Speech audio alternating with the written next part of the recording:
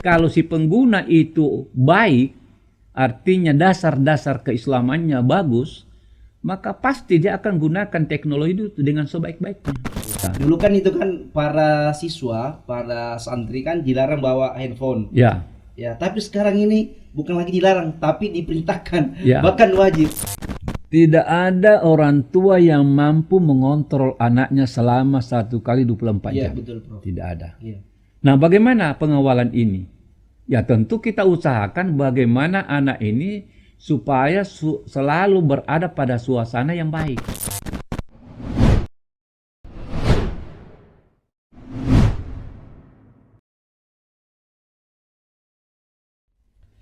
Assalamualaikum warahmatullahi wabarakatuh. Waalaikumsalam warahmatullahi wabarakatuh.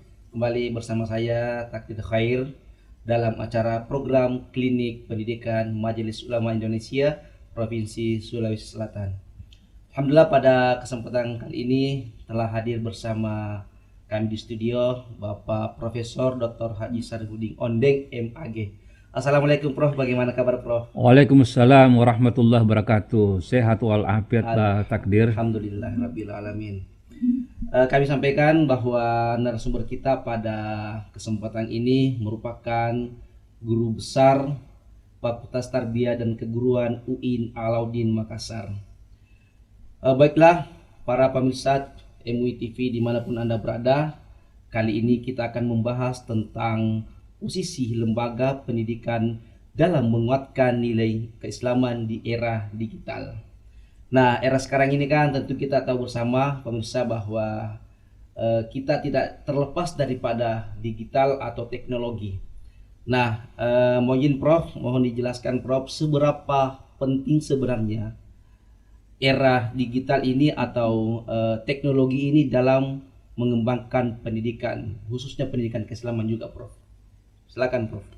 Baik, terima kasih Pak Takdir.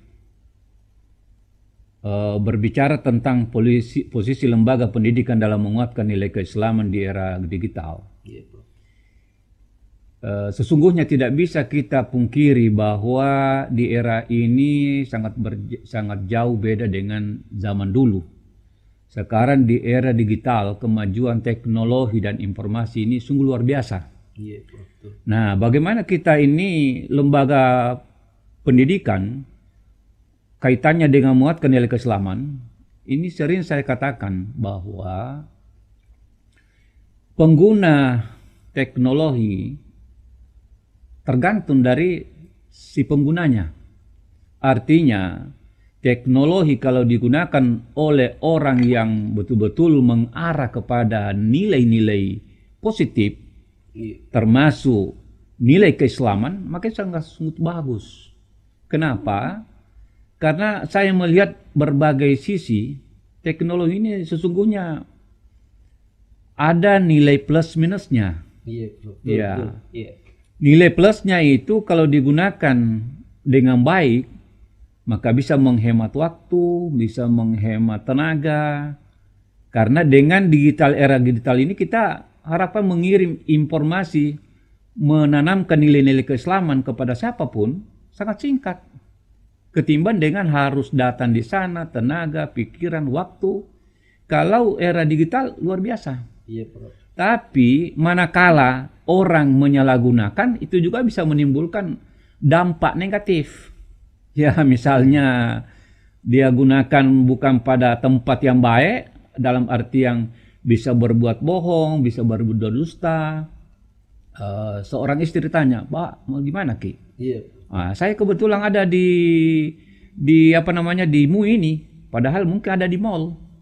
Nah, itu negatifnya. Iya, Prof. Begitu juga anak-anak, mungkin sama-sama pacarnya. Dengan siapa Kina? Saya kebetulan ada di masjid ini. Nah, coba. Itu artinya bahwa penggunaan teknologi termasuk si pengguna. Kalau si pengguna itu baik, artinya dasar-dasar keislamannya bagus, maka pasti dia akan gunakan teknologi itu dengan sebaik-baiknya. Oke. Tapi sebaliknya, manakala si pengguna teknologi itu kurang dasar ilmu keislamannya, maka semudah itu dia bisa menyimpang dari apa yang dia gunakan. Gitu. Oke, baik Prof. Berarti teknologi ini Prof sangat membantu ya Prof Sangat ya, membantu, luar membantu. biasa, ya, sangat Iya. membantu. Tapi terkadang bagaimana kita memanfaatkan teknologi ini Prof. Nah ini ada Prof yang menarik setelah pandemi COVID ini. Ya, Dulu kan itu kan para siswa, para santri kan dilarang bawa handphone. ya, Ya, tapi sekarang ini bukan lagi dilarang, tapi diperintahkan, ya. bahkan wajib. Nah, kira-kira bagaimana menggunakan teknologi ini, Prof, sambil juga diawasi oleh orang tua dan guru, Ya. sehingga para peserta didik kita ini tidak menyalahgunakan teknologinya. Anggaplah misalnya HP dan Betul. laptop. Kan ini kita khawatirkan ini, Prof. Ya. Ya, gimana, Prof? Ya, jadi sebenarnya seorang siswa yang menggunakan HP kalau dulu dilarang karena sangat mengkhawatirkan. Iya, betul, Prof. Tapi sisi lain, ketika misalnya tiba-tiba anak dibutuhkan, ada hal sangat penting. Misalnya orang tuanya sakit, jangan kita boleh meninggal. Orang tuanya sakit, butuh informasi, susah. Jadi anak itu memang harus dikawal oleh orang tuanya, dikawal oleh gurunya. Istilahnya tuturian dayani, dilepas tapi kita pegang ekornya. Ya artinya meskipun teknologi itu berada di tangannya, bisa menjadi baik selama itu tidak lepas kontrol. Dari rumah orang tuanya sudah pesan, nak begini, HP-mu ini kau gunakan baik-baik. Anak bisa saja menyalahgunakan, tapi di sekolah dikawal lagi. Jadi intinya adalah ada pengawalan dari orang tua dan ada pengawalan dari guru. Tidak bisa sebebas-bebasnya anak menggunakan itu. Iya, Nah, berarti begitu. ada controlling ya, Ada Prof? kontrolnya. Itu Iya. yang paling penting, kontrol. Ya, apapun penuh dengan kontrol, dikawal. Oke. Orang tua sudah memberi pesan pada anak, anak menerima. Tiba di sekolah ada pengaruh dari temannya, tapi guru melihat. Nah, guru punya peran. Jadi dua kontrol, orang tua dan guru harus betul-betul bekerja sama dengan baik. Oke, baik, makasih. Iya. Berarti antara orang tua murid dengan guru harus melakukan pengawalan ya. Betul, Ya, dan harus kerjasama ya, Prof. harus kerja sama. Oke. Ya. Baik, Prof. Ya. Kemudian kalau menurut Prof mengamati melihat teknologi ini, bagaimana pengembangan teknologi ini di sekolah-sekolah Prof dan memberikan distribusi atau manfaat kepada sekolah. Bagaimana pengaruhnya, Prof? Saya melihat pengaruhnya positif selama anak itu pengguna teknologi itu dikontrol. Pasti positif. Yang penting bagaimana anak itu diberikan kesempatan. Ya misalnya anak mau belajar, Iya. maka HP-nya harus diamankan dulu. Ya. Setelah selesai mengajar, bagaimana anak itu supaya HP-nya diamankan. Biasa anak simpan HP-nya di tas atau dilepas saja begitu, tinggalkan main-main di sekitarnya. Kita tidak menutup kemungkinan ada orang lain yang masuk, bisa saja diambil. Nah, perannya teknologi ini, HP ini adalah untuk kepentingan yang sifatnya positif. Ya. Tapi kalau tidak hati-hati boleh jadi menjadi negatif. Jadi ibaratnya parang itu apa istilahnya bermata dua ya. Iya, iya, iya. Kalau salah-salah bisa kena, tapi kalau baik bisa memberi manfaat. Iya. Itu sebenarnya Berarti tergantung penggunanya. tergantung pengguna teknologi itu, tergantung pengguna HP. Oke, baik. Nah, hanya kita mau melihat tingkat kesadaran anak itu memang sudah harus dilatih di rumah, Iya. dibiasakan di rumah. Kalau anak pegang HP di rumah, kontrol di mana kau pakai nak, kemudian di mana kau letakkan. Kalau kau sekolah jangan seperti ini namanya lalai. Bisa saja nanti apa yang tidak diinginkan terjadi. Nah itu. Jadi intinya di sini adalah bagaimana kita memaksimalkan pengawalan. Oke. Itu intinya. Memaksimalkan pengawalan. Memaksimalkan pengawalan. Kalau ini Prof, mohon izin Prof, teknologi ini bagaimana kira-kira memfungsikan teknologi ini Prof dalam hal menguatkan nilai-nilai keislaman Prof? Ya. Jadi teknologi ini bagaimana kita menguatkan nilai-nilai keislaman? Ya taruhlah katakan di HP itu mungkin ada tata cara sholat. Iya, Prof. Ya. Di HP itu ada waktu azan. Begitu dikumandangkan kalimat azan, diberitahu, nak itu kau sudah dengar suara apa? Suara azan. Di mana nak? Di HP. Nah, kalau sudah dengar begitu, nak hentikan seluruh aktivitas. Kemudian setelah itu pergi ambil air wudhu. Ambil air wudhu, Silakan, tapi harus juga dikontrol bagaimana cara mengambil air wudhunya. Itu artinya bahwa HP ini membawa pengaruh positif. Iya, iya. Ya, membawa. Nah, kita tidak meminta, siapa tahu tiba-tiba ada muncul gambar yang tidak bagus. Iya, Bro. Iya. Segera dikawal, segera. Oh, itu tidak bagus. Ya, taruhlah katakan seperti misalnya contoh, dia lihat gambar berkelahi, misalnya berkelahi. Kasih tahu. Nah, itu contoh yang tidak bagus. Tidak bisa dicontoh yang begitu. Itu adalah suatu perlakuan yang kita lihat di HP itu adalah perlakuan yang salah. Nah, berarti HP atau teknologi ini bisa berdampak positif, tapi bisa juga berdampak negatif. Nah, itu, jadi itu perannya. Nah, begitu selesai wudhu, ditayangkan lagi di HP itu. Oh, ini tata cara salatnya. Itu artinya manakala melihat tata cara salat itu artinya menguatkan nilai-nilai keislaman. Sungguhnya. Berarti fitur-fitur aplikasi itu, Prof, harus dimaksimalkan. Betul, harus dimaksimalkan itu. Saya kan di HP Android kan, Prof, ada alarm azan ya. Ya, betul. Kemudian ada juga ada YouTube-nya kan, Prof? Ya, betul. Iya. Cuma ini, Prof, yang tadi Prof sampaikan bahwa terkadang memang di sini harus penuh controlling, Prof. Ya, betul. Tapi juga, Prof, agak sulit sebenarnya, Prof, kalau misalnya anak-anak itu tidak bisa kita antisipasi atau kontrol 24 jam, Prof. Ya. Atau memang adakah nilai karakter yang harus kita tanamkan, Prof? Ya, jadi tidak ada orang tua yang mampu mengontrol anaknya selama 1 kali 24 Iya, jam. betul, Prof. Tidak ada. Iya. Nah, bagaimana pengawalan ini? Ya, tentu kita usahakan bagaimana anak ini supaya selalu berada pada suasana yang baik. Ya, suasana yang baik maksud saya itu adalah di lingkungan yang baik. Makanya tidak jarang orang tua yang ingin menyekolahkan anaknya tidak sembarang sekolah. Iya. Ya, tentu dia akan memilih sekolah mana biar dia bayar mahal. Tapi pembinaannya bagus, terutama menanamkan karakter Islami, sifat-sifat yang baik. Iya. Tidak ada orang tua yang rela mengorbankan materinya demi untuk anaknya. Tapi ada juga orang mau mengorbankan harta, tapi tidak punya kemampuan. Dia terpaksa dia sekolahkan dari sekolah sederhana. Iya. Jarang sekolah yang tidak mau melakukan anak itu baik, tapi hanya kondisinya yang kadang-kadang kita tidak tahu. Nah, inilah yang biasa kita menjadi keluhan dari orang tua, sekolahnya sudah bagus, anaknya sudah diarahkan, tapi masih terjadi apa yang kita tidak inginkan, itu tidak ada jalan kecuali kita kembalikan kepada Allah. Ana urid wa anta turid. Wallahu fa'alul lima yurid. Saya mau anak saya menjadi baik, engkau juga guru mau menjadikan anak saya baik, tapi Allah akan berbuat menurut kehendaknya. Oke, baik. Nah, itulah yang biasa terjadi. Makanya kalau boleh saya katakan, ikhtiar kita maksimalkan. Setelah berikhtiar, kita mohon arahan petunjuk dari Allah Subhanahu wa taala. Jangan pernah lepas itu doa. Makanya anak harus dibimbing dengan doa. Diajak doa makan, diajak doa keluar rumah, masuk rumah, selesai makan, mau tidur, baca doa. Nah, kalau anak ini sudah terbiasa dalam lingkungan seperti ini, insya Allah anak itu akan terbimbing dengan sendirinya. Tapi manakala kita biarkan, pasti juga akan terjadi apa yang kita tidak inginkan. Nah, inilah fungsinya orang tua, supaya orang tua sadar mewakafkan sebahagian waktunya untuk membimbing anak-anaknya. Itu yang paling penting. Iya. Makanya dalam Al-Quran, ku anfusakum wa ahlikum nara, pelihara dirimu dan keluargamu dari api neraka. Iya, Ini yang paling penting.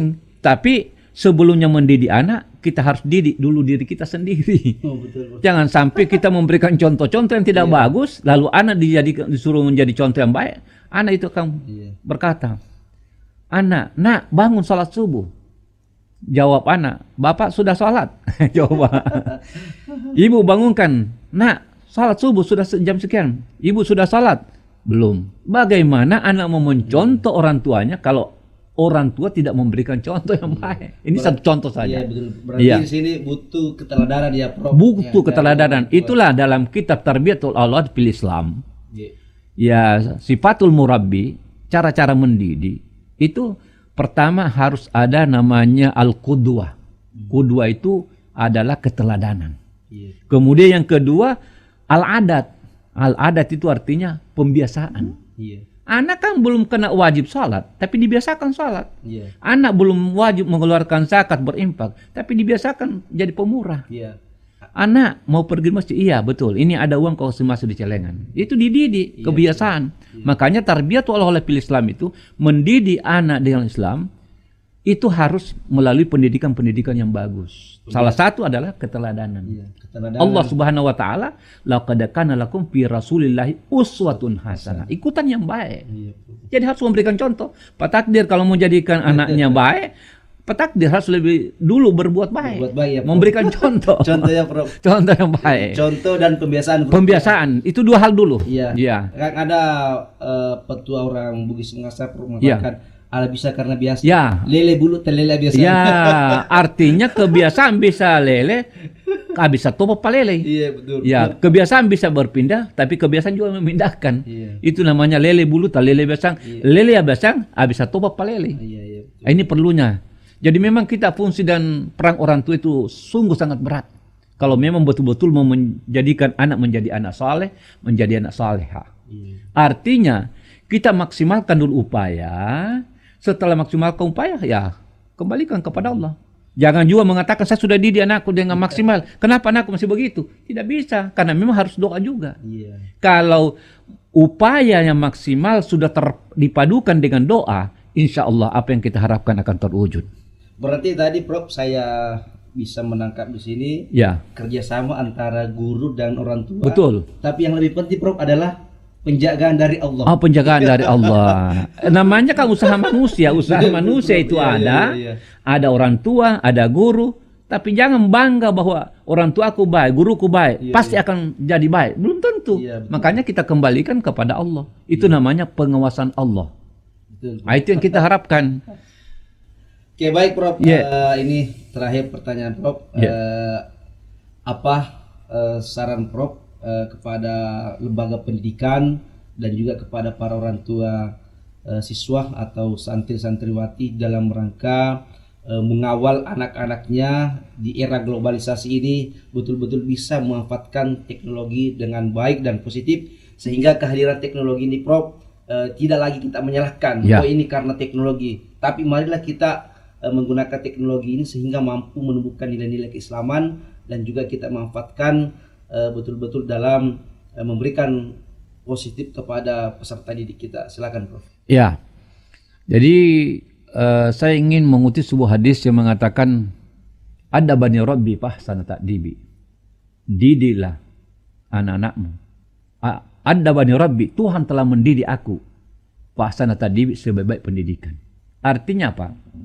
Pesan saya kepada orang tua, pesan saya kepada guru. Berikanlah contoh yang baik terhadap anak. Yang kedua, kuasailah teori pendidikan. Setelah kita menguasai teori pendidikan, berusaha secara maksimal dengan ikhlas hati untuk mengamalkan. Setelah mengamalkan, anak dibimbinglah dengan baik. Kurangilah istilahnya suka memarahi anak.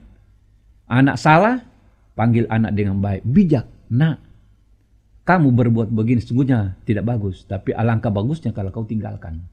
Ya, termasuk penggunaan teknologi, katakanlah HP. Kau tidak dilarang nak pakai HP, tapi gunakanlah pada yang baik. Ya, kalau gurumu menerangkan, HP-mu simpang, jangan buka. Kalau selesai itu bisa dibuka dengan harapan jangan sampai ada berita penting dari orang tua. Guru juga mengatakan, nak, kamu usahakan kalau menggunakan HP pada yang baik. Jadi kalau orang tua sudah mengarahkan anak menjadi baik, guru sudah mengarahkan muridnya, siswanya menjadi baik, maka teknologi itu insya Allah akan menjadi baik. Artinya penggunaan teknologi ini dengan baik karena adanya bimbingan dari orang tua, adanya bimbingan dari guru, sehingga penggunaan HP ini atau teknologi ini mengarah kepada yang baik. Kalau sudah mengarah kepada yang baik, tentu apa yang kita doakan kepada anak menjadi anak yang saleh, anak yang saleha pasti akan terwujud. Yang penting jangan kita sombong dan jangan angkuh. Karena biasa juga ada orang tua, saya sudah masuk anak ke pesantren, saya sudah begini, gurunya juga baik. Di sekolah mahal juga Prof. Di sekolah manapun. Sehingga ada orang tua kepingin anaknya masuk pesantren, ternyata gagal. Itu tidak bisa dipungkiri karena usaha manusia. Al-insan bitafkir wallahu bitadbir. Manusia merencanakan tapi Tuhan menentukan. Ini tidak bisa lepas kita. Doa kita Pak Takdir harus selalu memohon petunjuk arahan dari Allah, karena Allah lah yang memberikan petunjuk. Innaka la tahdi man ahbabta. Sungguhnya kau Muhammad tidak akan mampu memberikan petunjuk kepada orang yang cintai, tapi Allah akan memberikan petunjuk kepada orang yang dikehendaki. Ya, ini. Baik Prof, makasih Ya. banyak Prof. Diskusi kita pada kesempatan ini sangat menarik ya Prof. Ya, saya kira bagus sekali. Ya. Tapi karena waktu sangat terbatas Prof, ya, Ya. kita harus mengakhiri. Terakhir Prof, silakan diberikan kesimpulan Prof. Ya. Jadi kesimpulan pertama bahwa maksimalkan peran orang tua, maksimalkan peran guru. Yang kedua, penggunaan teknologi HP harus dibimbing oleh orang tua, harus dibimbing oleh guru. Kemudian yang ketiga, apa yang kita usahakan secara maksimal, jangan pernah merasa bangga dan merasa sombong bahwa usahamu sudah maksimal, ini sudah bagus, gurunya bagus, orang tuanya bagus, lalu kita mengatakan pasti akan baik. Tidak, harus dibarengi dengan doa kepada Allah. Tidak ada yang bisa melepaskan kita dari berbagai macam kesusahan, kesulitan hidup, kecuali hanya Allah. Oleh karena itu, berdoalah, berzikirlah, mohonlah petunjuk dari Allah Subhanahu wa Ta'ala. Oke, baik. Terima kasih banyak Prof. Sekali lagi kami ucapkan terima kasih banyak kepada Bapak Profesor Haji Syarifuddin Ondem, MAG, Guru Besar Fakultas Tarbiyah dan Keguruan UIN Alauddin Makassar. Terima kasih Prof. Terima kasih banyak Pak Takdir. Ya, semoga kita semua di bawah lindungan Allah Subhanahu wa Ta'ala. Sehat lagi Prof. Amin. Baik. Baik para pemirsa di Majelis Ulama Sulawesi Selatan, dialog kita pada kesempatan hari ini kita cukupkan dan mari kita bersama-sama menutupnya dengan mengucapkan alhamdulillahirabbil alamin. Alhamdulillahirabbil alamin wallahu muwaffiq ila aqwamit thariq. Assalamualaikum warahmatullahi wabarakatuh. Assalamualaikum warahmatullahi wabarakatuh.